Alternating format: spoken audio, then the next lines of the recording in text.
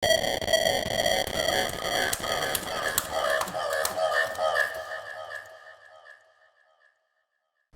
Mr. Dexter Morrington. Yes? Your emails are overstuffed. I can't clear all of them.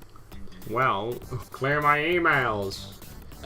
Dexter, you're recording. So last week we focused on the original ToeJam Earl and thought it wasn't quite the masterpiece it used to be. So what about its sequel? Well, stay tuned to find out. Taking place directly after the original, this one sees ToeJam and Earl return to their planet Funkotron, only to find out that a horde of humans snuck aboard their ship and now spreading havoc on their homeworld. That must be a lot of humans to fit into that tiny little ship. Yeah, there's a lot of humans.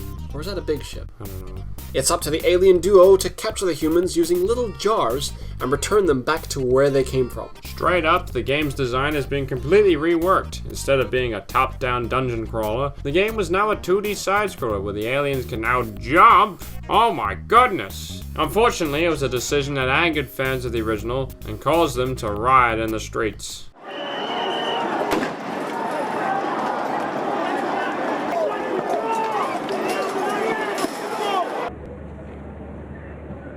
If you dug the new game design, however, you would find a fun, rewarding game that was a good laugh with a mate, and to be honest, still holds up well today. The game's controls are tight and responsive, and it moves at a suitable pace that doesn't want to make you gouge out your eyes like Oedipus. On top of that, being set on the planet Funkotron allows the game to have a greater variety of environments, including a hellish fireplace. Although the game probably still does repeat areas a little too frequently.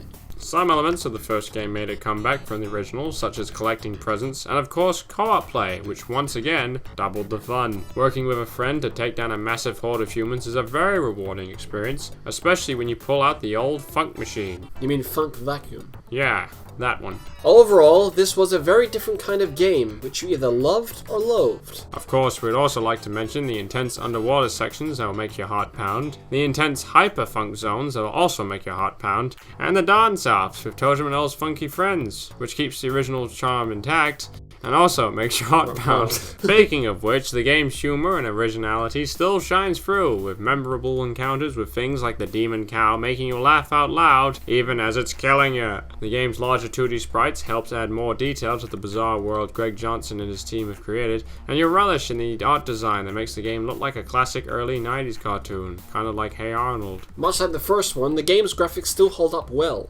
although they are of course suitably pixelated, so all you need is a HD sheen to bring them bang up to the day of modern age.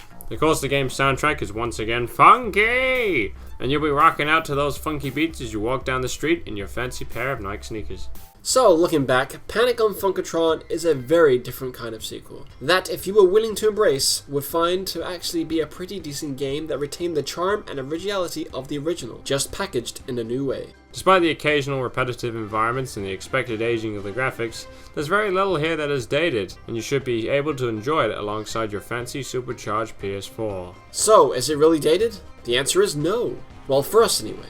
We know we sit in the minority here, a 28% minority, but truth be told, we prefer the sequel of the original. For us, it's just more accessible and more fun than its predecessor. And one of our favorite classics. Yeah, that makes an appearance in an upcoming video.